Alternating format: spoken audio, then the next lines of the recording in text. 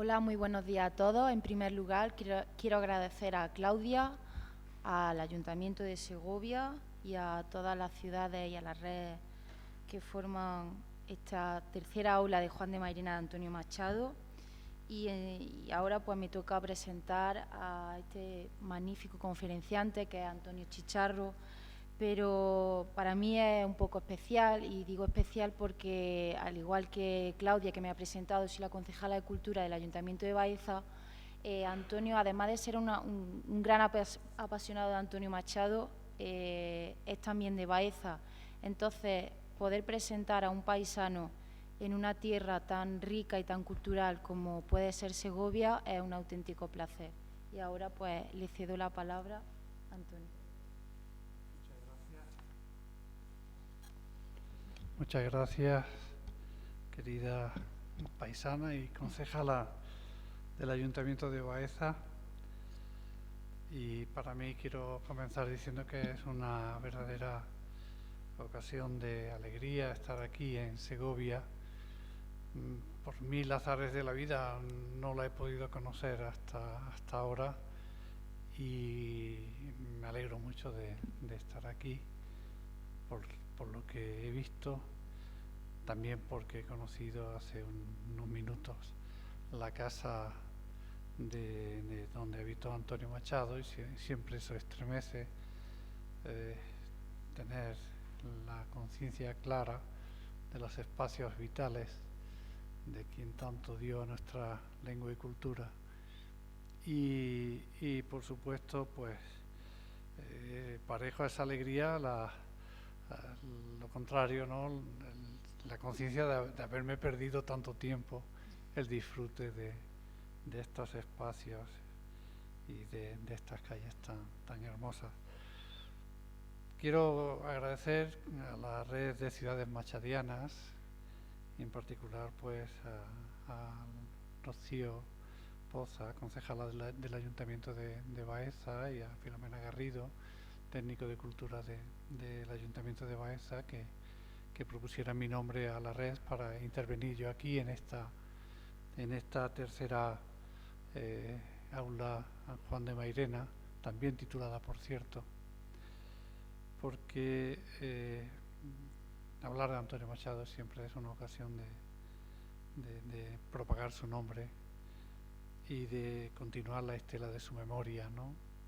Aquí que hay tantos machadianos y en estos tiempos tan líquidos, pues tenemos que seguir trabajando especialmente en la memoria de quienes merecen la pena nunca ser olvidados.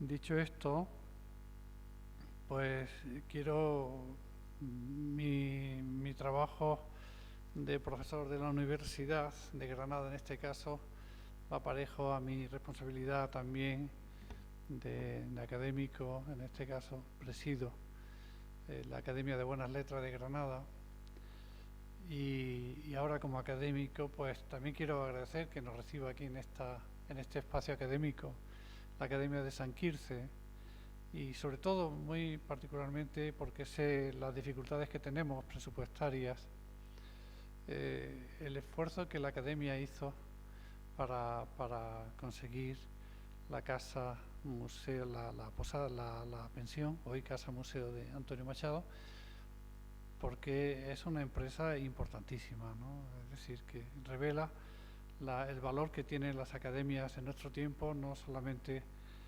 como instituciones que albergan conocedores y expertos de las artes y de las letras y de las ciencias, sino muy particularmente también personas implicadas con la cultura de una sociedad concreta. Y es muy de agradecer a San Quirce, a la Academia de San Quirce, ese esfuerzo que hizo en su día y que bien mereció la pena. Y dicho esto, pues quiero también comentar lo positivo que es que esta red de ciudades machadianas pues vinculen a Antonio Machado con el turismo. Tenemos que trabajar en varios niveles y en varios tiempos. Y hoy día, en estos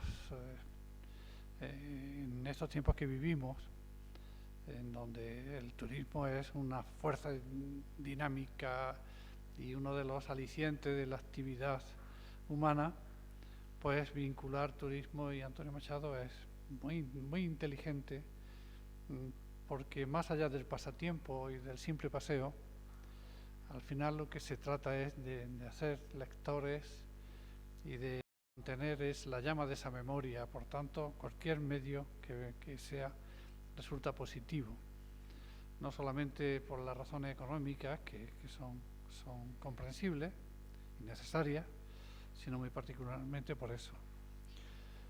Y por otra parte porque no estamos tan sobrados de poetas de la talla de Antonio Machado.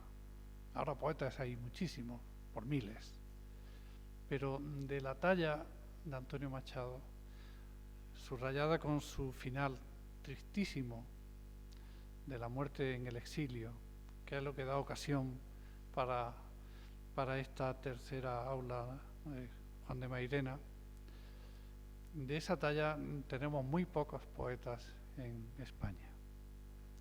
Así es que yo que he visto en la Catedral de Cracovia los mausoleos de los poetas junto con los de los reyes en Polonia, tienen en la catedral pues un mausoleo real, y allí han enterrado a sus poetas y a sus grandes intelectuales, junto con los reyes, como no podía ser de otra manera.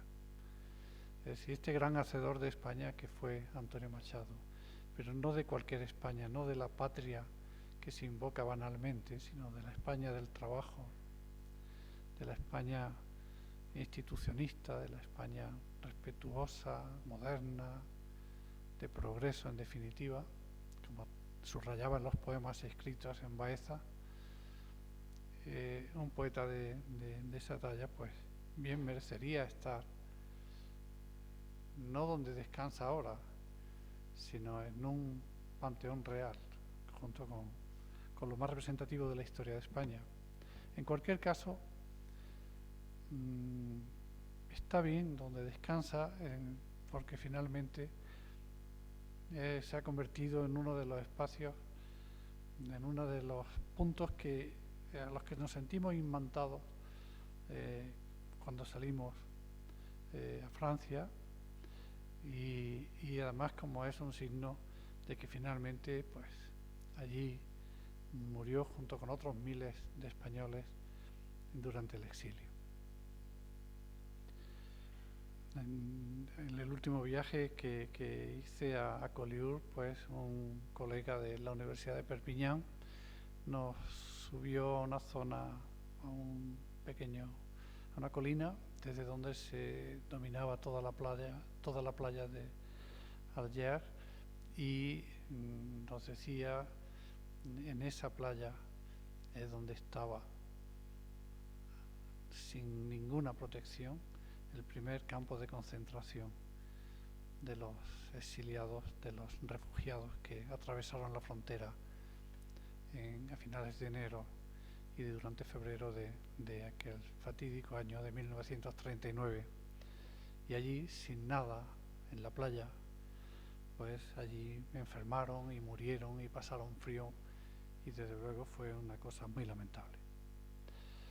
Para recordar eso de por vida, para que no se vuelva a repetir nunca, pues está muy bien que también hoy esas playas llenas de turistas y llenas de bañistas y felices y ese tipo de cosas, al menos que quede la tumba de Antonio Machado, que nos recuerde lo que allí pasó. Y quiero comenzar ya propiamente mi intervención pues leyendo un poema de Jesús Munarriz, que de alguna manera la red de ciudades machadianas podría hacer suyo. Ese poema se llama De visita y dice así: en la vieja pensión, hoy la casa museo de Machado, en Segovia, había 4 gatos, puede que fueran 6. Recorrían el parco jardincillo mirando con recelo al visitante, a salvo tras las rejas cerradas a estas horas en la tarde helada. Realzaban el busto del poeta sus ojos en piedra dura, en piedra para no ver, unas rosas rojas. El cierzo persistente congelaba. Te he saludado en Soria y en Baeza. Te visité en Collioure y paso a verte en Segovia y sobre todo, a menudo retorno a tus palabras, nunca olvido tus versos. Antonio, sigues vivo, seguirás encantándonos, cantándonos, hablándonos, mientras el castellano siga siendo una forma de entendernos. Ese poema de 2009 de su libro Va por ustedes. Hecha esta introducción, pues quiero comenzar hablando de la primera parte, muy breve, desde luego, muy brevemente, de esta intervención mía, que es, la he titulado Entre el exilio y la recuperación, porque efectivamente Antonio Machado salió al exilio, allí murió, como todos sabemos, desgraciadamente, pero la operación de recuperación fue inmediata. Los intelectuales del régimen franquista, por supuesto, nada tontos, enseguida notaron que Antonio Machado no podía quedarse simbólicamente fuera, y hubo un proceso de recuperación a través de ediciones, de estudios, que por supuesto supusieron una recuperación del gran poeta, pero un desprecio paralelo del republicano que había muerto como consecuencia de su posición política en una España entonces dividida en uno u otro sentido, y que le había llevado, como todos sabemos, a elegir el bando republicano. Pues bien, fue recuperado por ejemplo, en la revista Escorial, pero perdonándole ese desliz político y tratando de recuperar al poeta esencial, al humano, por decirlo así, la cual es una posición muy interesada, porque Antonio Machado es todo eso, es ese poeta humano, ese poeta esencial y ese poeta político, y sus poemas de Baeza, escritos con España en el corazón, pues son insoslayables. Esa fue la primera gran recuperación en los primeros años 40 a través de la revista Escorial y por parte de grandes intelectuales como Dionisio Ridruejo, que después él tendría una gran mutación política pasado el tiempo, ya desencantado de lo que el régimen había hecho, y se puso en una posición distinta. Esa es la primera recuperación, pero después hubo otras recuperaciones mucho más lentas, pero muy efectivas, que son las que provenían de los homenajes.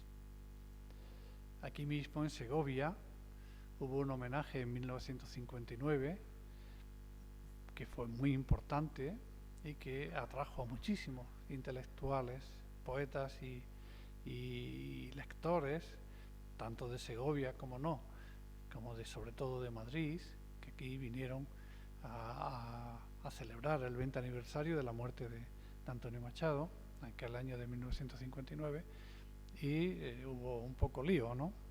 Que en definitiva era de lo que se trataba, de remover las aguas y de recuperar con Antonio Machado también recuperar las libertades que habían sido masacradas como consecuencia del resultado de la guerra.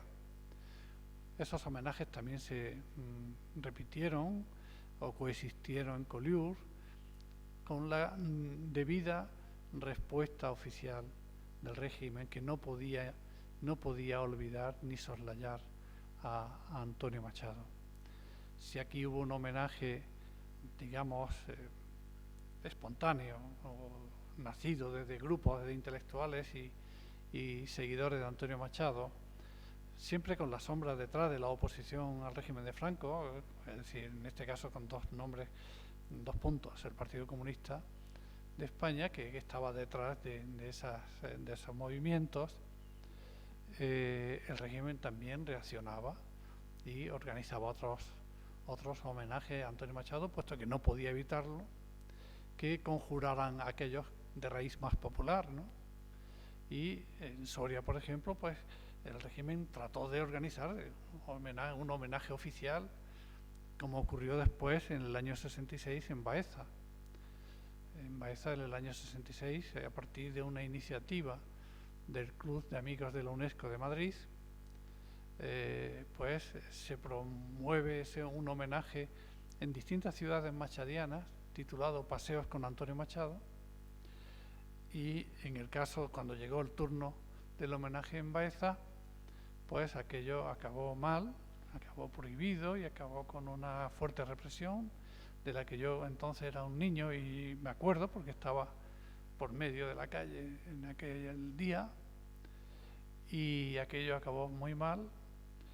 Y acto segundo, entonces yo era alumno del instituto donde Machado profesó, y a los pocos meses, en mayo, pues hubo la correspondiente réplica de homenaje oficial en el patio del instituto, con los alumnos obligados a asistir, como se puede imaginar, y con un programa de actos pues muy del estilo oficial del momento.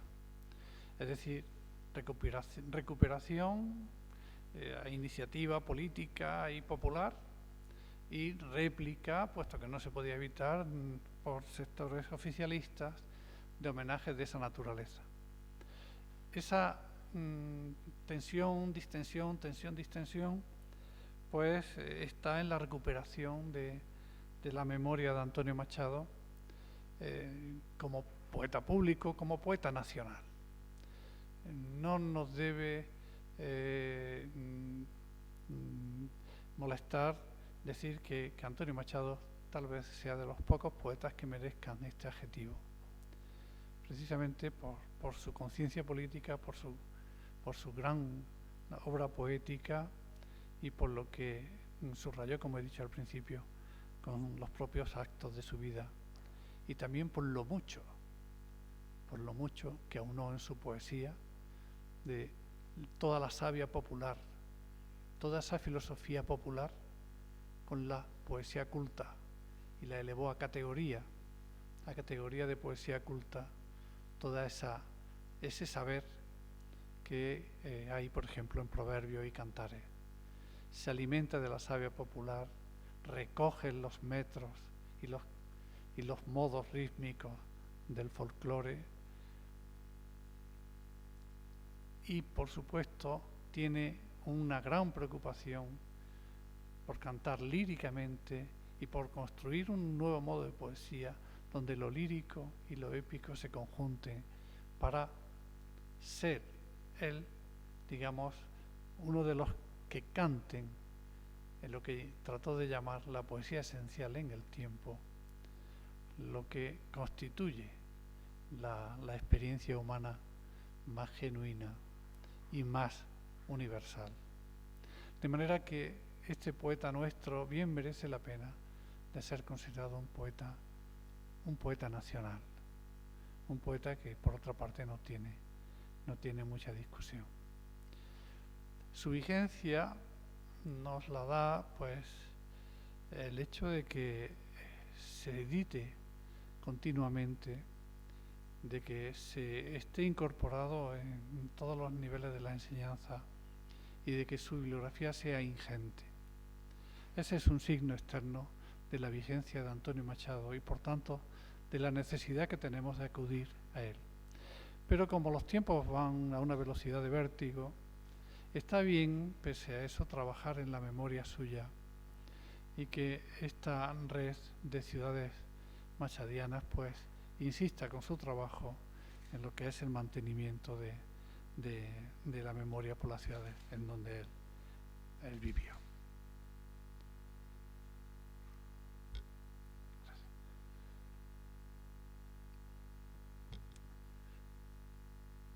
Y voy a hablar brevemente del punto de partida del exilio y de la herencia, la última herencia en realidad que nos dejó Antonio Machado.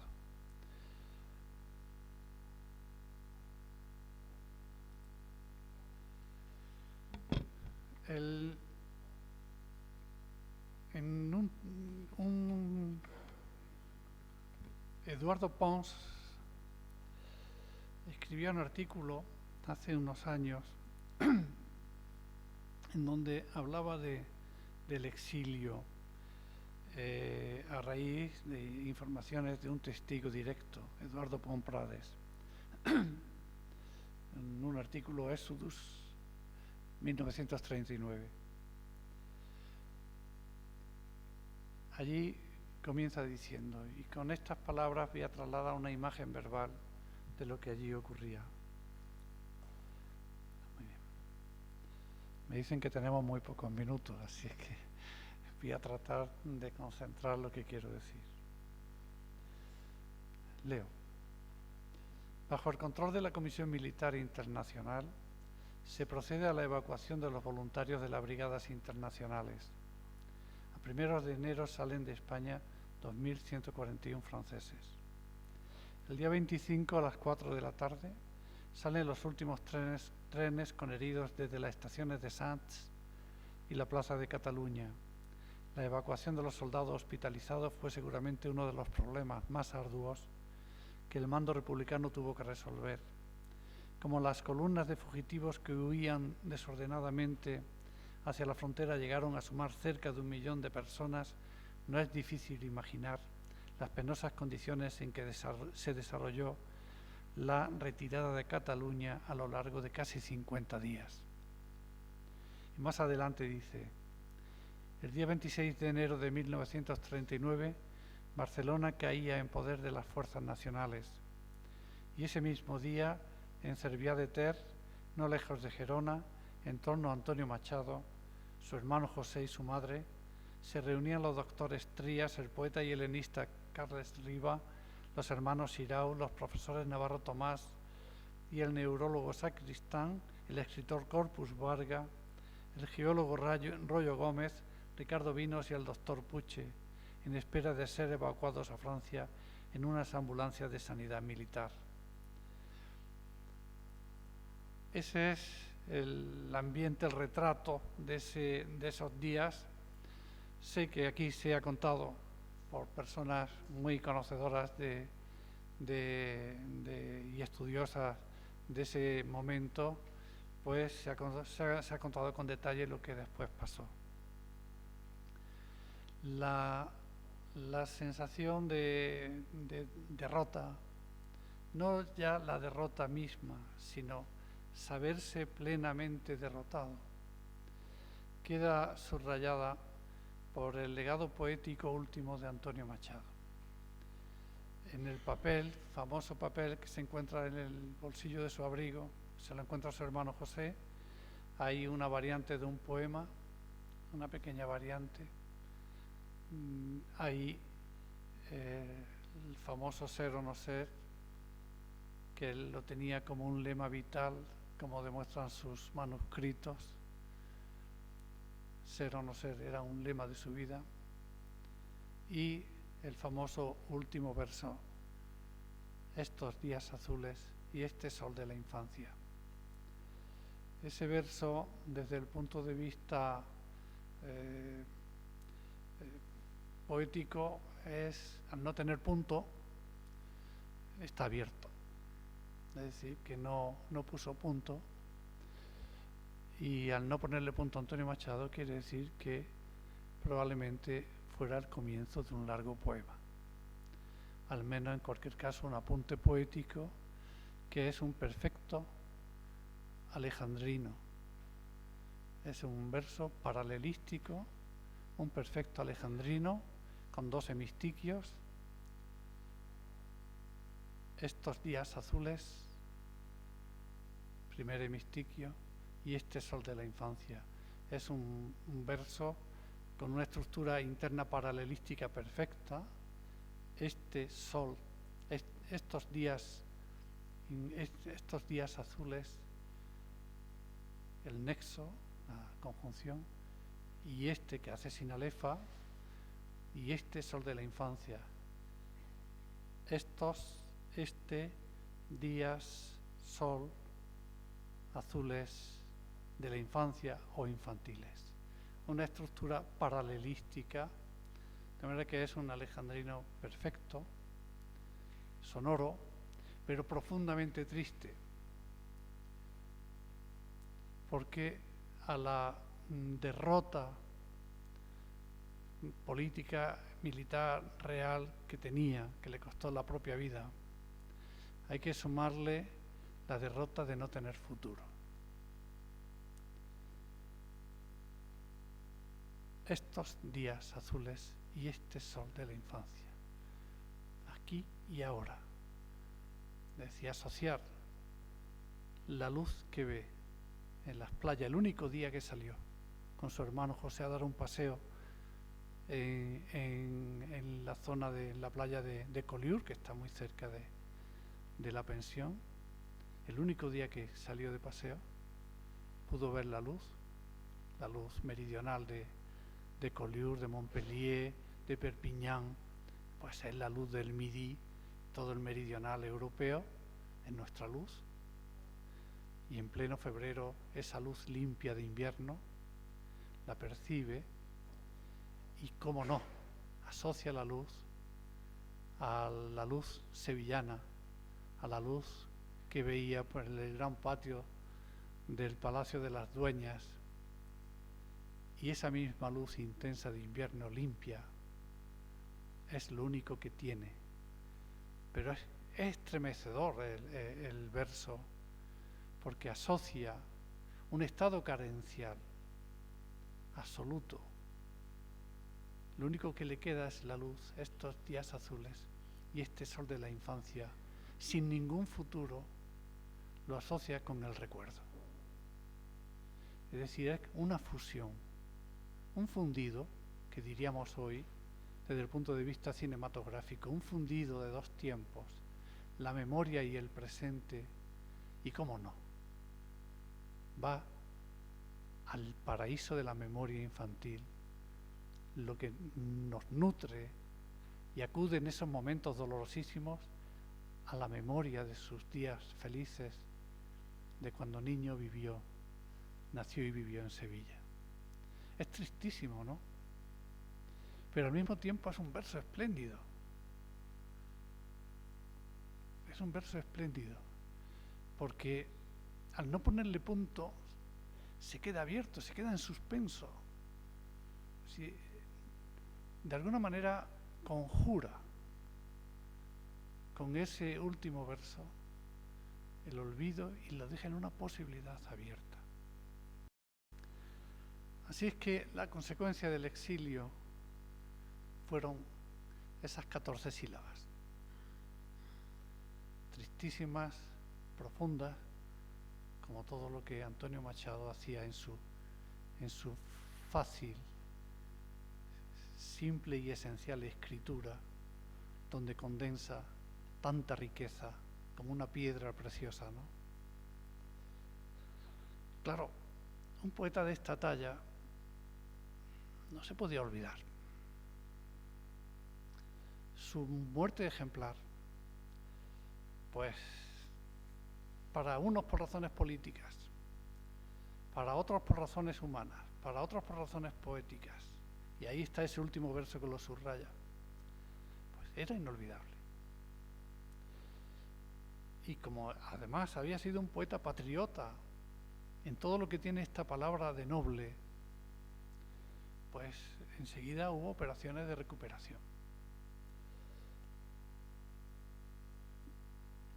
Las propias del régimen, las ediciones, por supuesto, en la otra España, es decir, la del exilio en México y en los países latinoamericanos, hermanos, donde acogieron a tantos exiliados, y particularmente México, con el gobierno del general Lázaro Cárdenas, que abrió su casa, la Casa de México, a los españoles, además sin ningún beneficio aparente inicial, como ocurrió por el contrario con los franceses. En América, por supuesto, que Antonio Machado se edita y es una bandera abierta de la República, del gobierno republicano en el exilio. Pero aquí, en la península, en nuestro país ya, pues se tienen operaciones muy lentas, pero constantes de recuperación. Yo ahora voy a comentar lo que un testigo y directo cuenta de su presencia en el homenaje de 1959 en Segovia. Ese es uno de mis poetas favoritos, preferidos, porque por otra parte le he dedicado muchos días de mi vida a estudiarlo, que es Gabriel Celaya.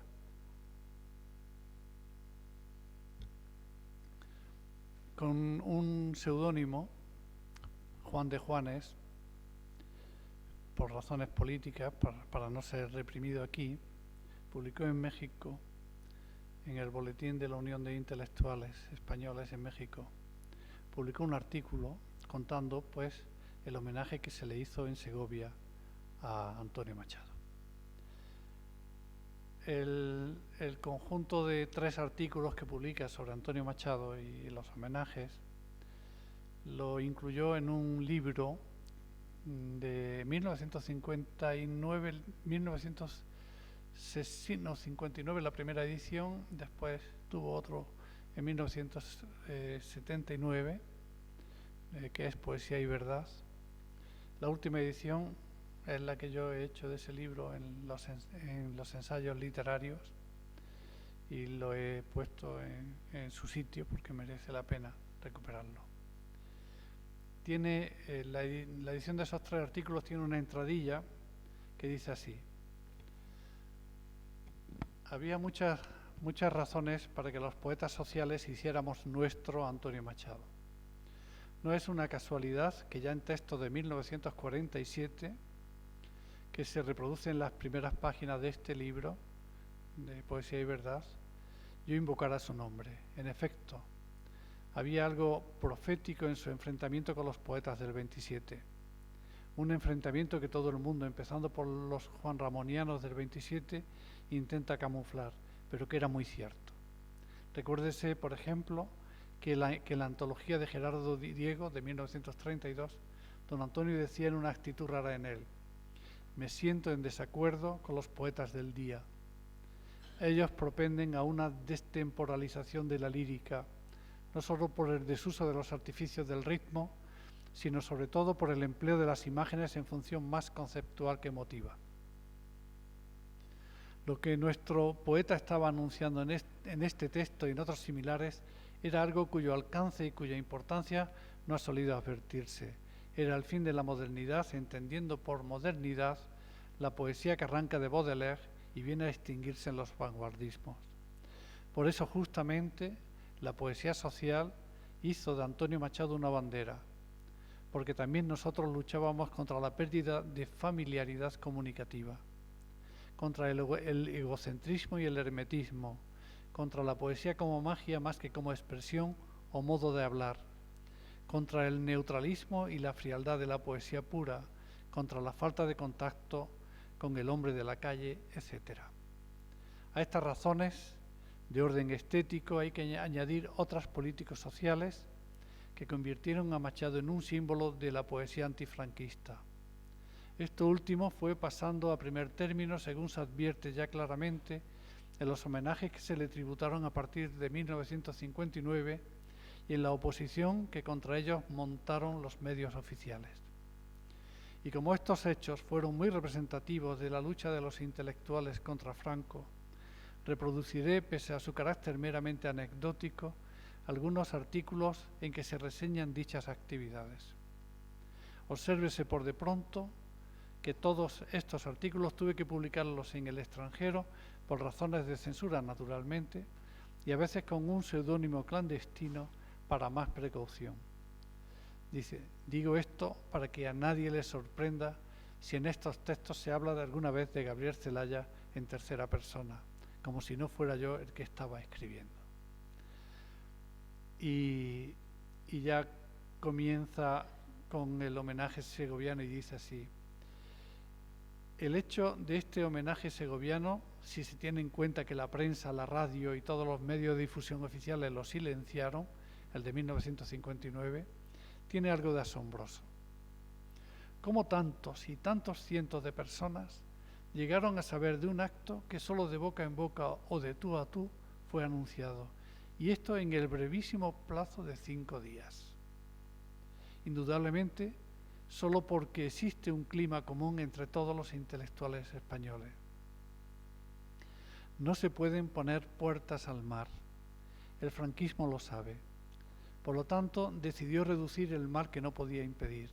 Y esto por 2 medios: prohibiendo que en Segovia se celebraran actos públicos en homenaje a Machado, y anunciando a bombo y platillo en toda la prensa otro acto de homenaje, de inspiración oficial, que debía celebrarse siempre el 22 de febrero y a las 12 del día, pero en Soria. La diferencia era clara. En Segovia, concentración de la Policía Armada y de la Brigada Social. Y por si fuera poco, pistoleros de la Falange que dejaban caer la pistola del bolsillo como al desgaire. Y la recogían luego del suelo con un gesto de desafío. En Soria, acto oficial: Muñoz Alonso, Flores, las autoridades y los poetas vendidos. En Segovia, cientos y cientos de intelectuales, escritores, estudiantes, pintores y actores que no encontraban un lugar lo bastante amplio para reunirse, pues tal aflujo de gente no se había previsto. En Soria, el elemento oficial, los periodistas y las señoritas de la localidad, amén de los muchachos arrancados de los colegios, para llenar en lo posible la sala en donde se celebraba el acto. En Segovia, la verdad de España y el corazón popular de Machado redivivo. En Soria, la mentira y el fracaso de una maniobra con la que se pretendió desfigurar lo que en verdad había que decir y realmente dijeron los intelectuales españoles. ¿Hace falta otro plebiscito? En lo que respecta a los intelectuales, escritores y artistas, evidentemente no. Después describe el homenaje en sí en otro artículo, cómo se desarrolló, etcétera. Y por supuesto las consecuencias que este homenaje tuvo. Una recuperación, como vemos, doble. Dado el tiempo no me voy a extender ni a leer nada más, pero sí hablaré del otro homenaje en Baeza en 1966 brevemente. Como he dicho, una comisión bajo la tapadera legal del Club de Amigos de UNESCO de Madrid, pues organiza el homenaje a Antonio Machado en varias ciudades. Cuando llegó Baeza, el juez de Baeza y un profesor mío, mi profesor de francés, don José Molina Hipólito, que rara avis, era una personalidad y de una cultura muy grande en mi ciudad y que hizo muchísimo por la cultura de Baeza, estuvieron de acuerdo en celebrar ese homenaje allí. Se dispuso todo, se construyó un fanal de hormigón donde se alojaría el busto de bronce, en que hay copia en todas las ciudades machadianas, y se iba a inaugurar pues un día de febrero de 1966, el día 20 si mal no recuerdo. Se autorizó forzadamente, puesto que venía con todo bien preparado, bien. El fiscal Chamorro pues era uno de los promotores, estaba también de acuerdo, y viendo que la policía, teniendo información de que iba a haber una concentración muy importante de personas, se llenaron de miedo y lo prohibieron. Lo prohibieron de la manera más absurda, porque yo que lo he estudiado en la prensa, he visto las noticias en el ABC y en La Vanguardia, por ejemplo, después ya se anunciaba con una semana de antelación, y entonces no había los medios que hoy tenemos de predicción del tiempo, que iba a haber lluvias copiosas. Ya el régimen, incluso por razones de cuidado de la salud de los asistentes, decía que no, porque va a ser muy mal tiempo y más vale río. Eso está escrito y lo traigo aquí, que lo puedo leer en un momento, pero no merece la pena porque ya no tenemos tiempo y quiero contar esta historia.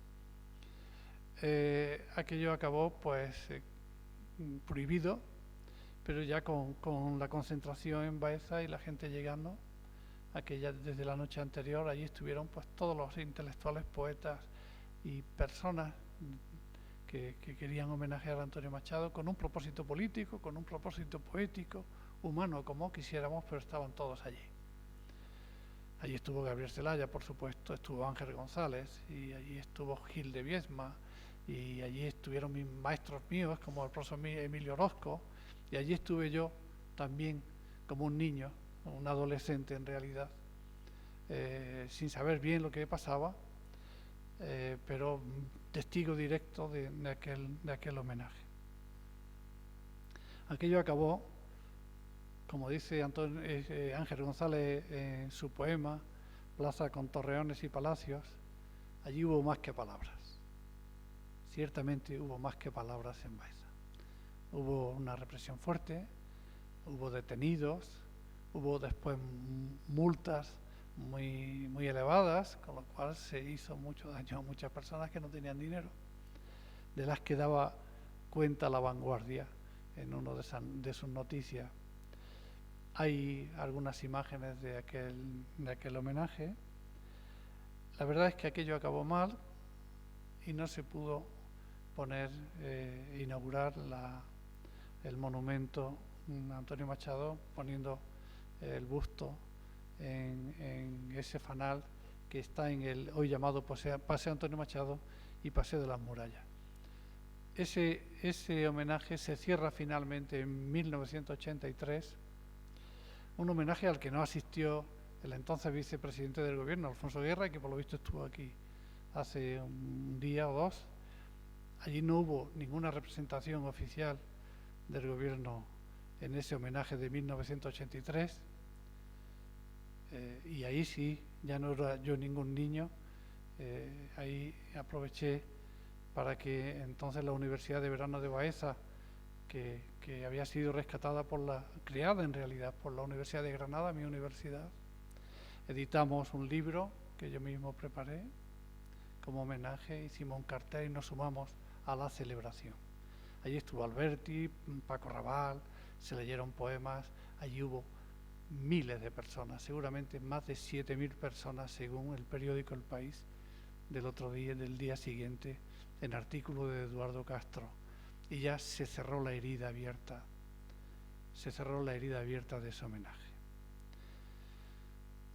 con tantos años de retraso. Y ahí está el busto por fin, donde tenía que haber estado desde el primer momento. Esa recuperación de Antonio Machado, política y poética, pues ha sido, como hemos visto en estas muestras, muy constante, muy presente y muy importante. Celaya publicó 2 poemas a raíz del homenaje del 66, Ángel González publicó otro, Alfonso Sastre publicó otro. Yo, para terminar de manera buena, que quiere decir con poesía, voy a leer algunos de esos poemas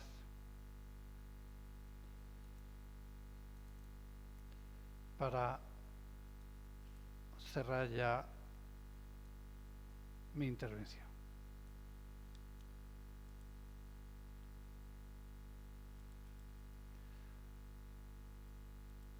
Voy a leer el poema de Ángel González, que incluyó muy pronto en su libro Tratado de Urbanismo de 1967. Prácticamente recién hecho, lo incorpora a su importante libro de ese tiempo. Plaza con torreones y palacios.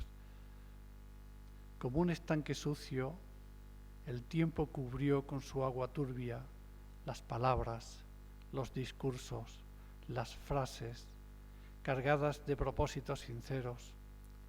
Hubo más que palabras, ciertamente, pero ahora solo quedan los muros, impasibles testigos de esa historia y de otras muchas más también pasadas. El sol dora los contrafuertes exteriores, purifica las piedras y los vidrios, resbala por las cúpulas, resurge debajo de los arcos. Está vacía la plaza, crepuscular y clara, llena de un aire limpio, de voces y de gestos, y sin embargo, cuánta voz gritaría si pudiese, cuánta sangre menos odiosa que esta indiferencia, mancharía de rojo las paredes, respirando aquí el aire de la tarde, oyendo así el silencio y recordando la vida es, o parece, más absurda e irreal, más insensata. ¿Quién lo diría ayer? Sin duda entonces muchos. Hoy ya nadie. Silencio. Un murmullo de hojas pasa de árbol a árbol, empujado hacia el campo por el viento. Muchas gracias.